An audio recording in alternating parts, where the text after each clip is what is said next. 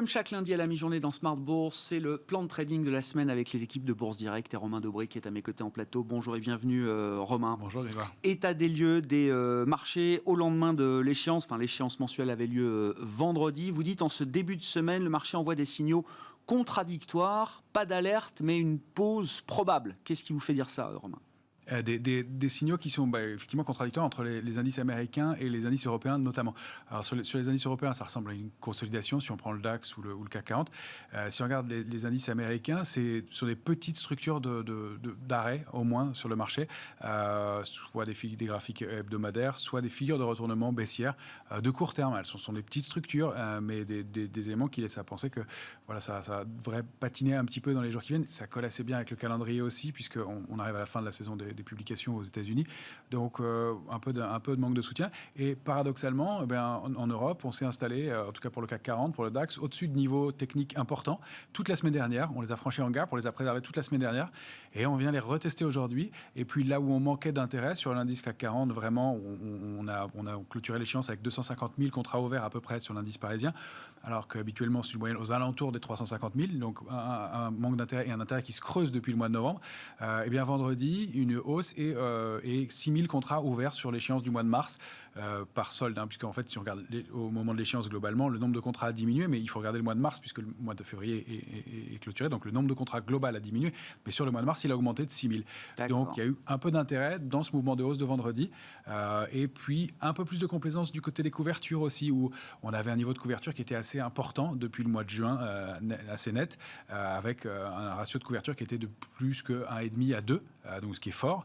Et on arrive sur cette échéance du mois de mars avec un niveau de couverture qui est assez faible. Donc toute la semaine dernière sur mars, c'était en dessous de 0,80. On sait que l'équilibre c'est entre 0,80 et 1,20.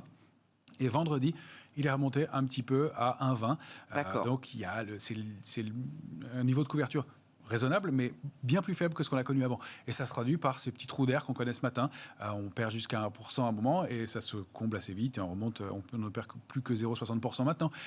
Les niveaux techniques sont payés assez rapidement, mais on touche des zones cibles importantes. Donc, voilà, des signaux où un marché qui ne donne pas beaucoup de drivers. Et puis sectoriellement, on voit que c'est assez ventilé. Il y a beaucoup de secteurs qui stagnent, pas mal qui baissent, et quelques secteurs qui tirent leur épingle du jeu, mais c'est un peu plus faible à court terme. Ouais, avec le niveau des taux d'intérêt là, qui est justement la pierre angulaire des investisseurs pour réaliser leurs arbitrages aujourd'hui. Si on prend les grands indicateurs de marché, vendredi vous étiez avec nous dans l'émission pour l'échéance mensuelle. Romain, on a beaucoup parlé de la volatilité. On peut regarder peut-être le graphique du VIX en hebdomadaire. Un VIX, donc la mesure de volatilité du marché américain, l'indice de la peur, qui a du mal à franchement rebaisser. On est toujours largement au-dessus du niveau des 20. Oui, tout à fait. Et on a un niveau technique, un seuil vraiment intéressant si on le regarde historiquement. Ça s'analyse graphiquement, le VIX, la volatilité, on voit des repères. On voit un petit canal baissier en bleu. On voit qu'on n'a pas allé chercher la dernière fois la borne haute. On voit qu'en revanche, là, on est passé la semaine dernière sous les niveaux de 21,5. Et la semaine dernière, on clôture un peu au-dessus, aux alentours de 22. On n'arrive pas à rompre ce niveau et on voit que tout s'articule et c'est assez cohérent autour de ce qu'on lit sur le marché en ce moment. Donc, est-ce qu'on va réussir à aller chercher les 15 et à se calmer un petit peu, ou est-ce qu'on est un peu tendu et on repasse au-dessus de 21,5? Donc, pour moi, c'est la charnière à regarder cette semaine. C'est pour ça que je voulais vous proposer ce graphique-là. Bien sûr. 21,5 sur le VIX, c'est intéressant. C'est un peu la bascule, c'est un peu peut-être ben oui, peut-être ben non, mais pour l'instant, ça glisse un peu du côté tension et un peu de retour de stress. Je ne vois pas des niveaux d'alerte majeurs, encore une fois, mais un peu de stress. Bon, dans le calendrier de la semaine, on le rappelle, il y aura alors aujourd'hui un discours de Christine Lagarde, mais surtout demain, le témoignage semi-annuel de Jérôme Powell qui se rend devant les membres du Congrès, donc demain devant la commission bancaire du Sénat et puis après-demain devant la commission des services financiers de la Chambre des représentants. Les taux sont au centre de l'attention, je le répète encore une fois, donc on verra si le VIX évolue d'une manière ou d'une autre avec ce rendez-vous de Jérôme Powell devant les élus américains. Vous parliez des figures techniques des indices américains. Romain, si on regarde par exemple le S&P 500, là, quel type de figure, de retournement est-ce qu'on peut observer aujourd'hui sur le marché américain ? Alors, on voit déjà qu'il y a un trend très haussier, qu'on est vraiment en haut d'un mouvement haussier. Généralement, ça a vocation à perdurer, sauf que là, on a aux alentours d'un niveau de résistance 3917 points. Eh bien, ce qu'on appelle une structure de bougie qui s'appelle une couverture en nuage noir. Donc, ça donne un peu le ton.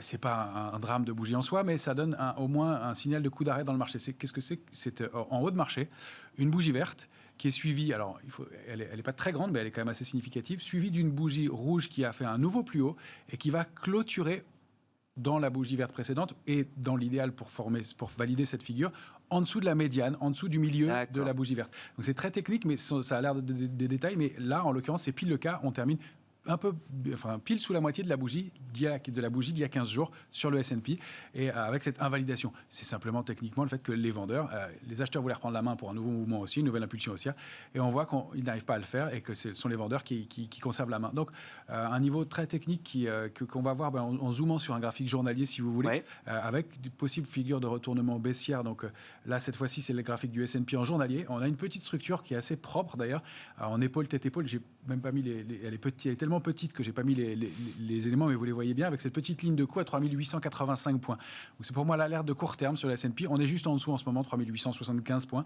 avec des accélérations possibles qui sont vraiment faibles compte tenu du mouvement de hausse qu'on a connu. Encore une fois, mais des retracements de l'ordre de 2,5% au minimum. Mais on pourrait aller retracer jusqu'à 5% sans invalider du tout le mouvement haussier et faire une pause dans le marché. Donc ce signal-là, cumulé à la couverture nuage noir, voilà, des petits signaux de pause à court terme et en but sur des niveaux de résistance importants. Rien de grave, mais voilà, c'est le sens pour la semaine a priori, sauf si on invalide ces niveaux-là.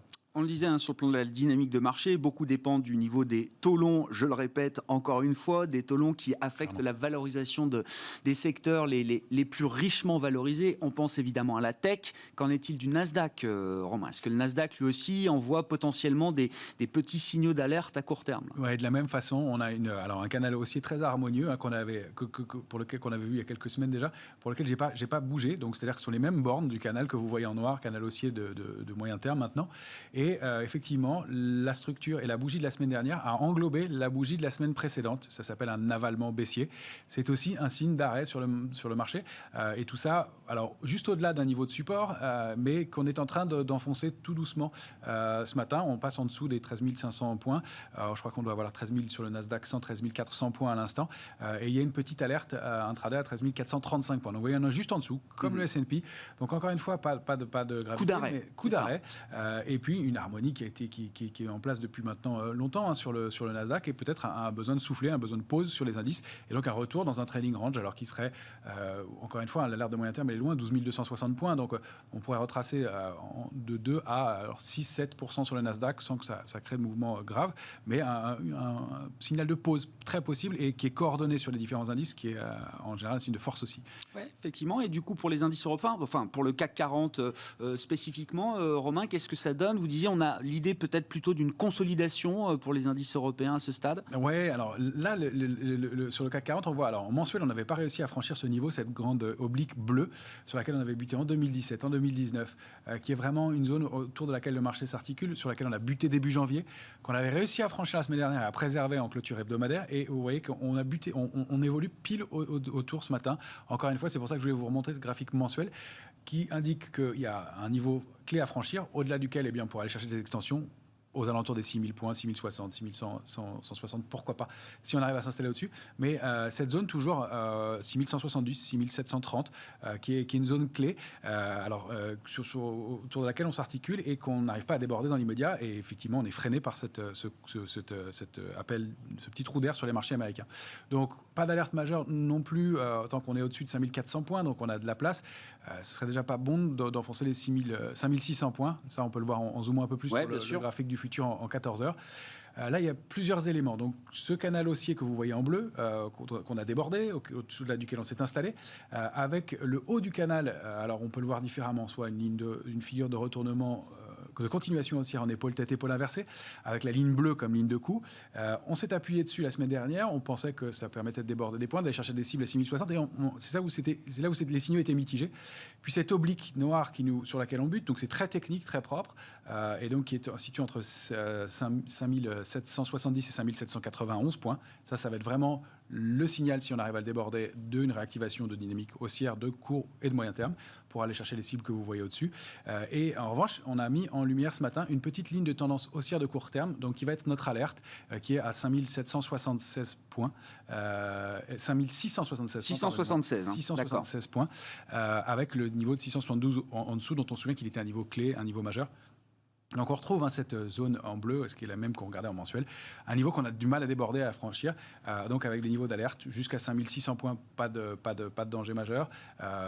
Le danger il serait vraiment plus bas, sous 5349, 5380 sur le futur, mais il n'y a pas vraiment de raison qu'on redescende jusque-là, mais voilà, des niveaux à rechercher, autour desquels on s'articule depuis plusieurs jours et qui donnent ces signaux un peu contradictoires dans l'immédiat. Avec, quand on regarde la logique sectorielle, vous le disiez, alors toujours quelques secteurs forts, mais quand même beaucoup de secteurs ou qui stagnent, ou qui sont faibles aujourd'hui. Oui, exactement. Alors tout ce qui est lié à l'énergie directement.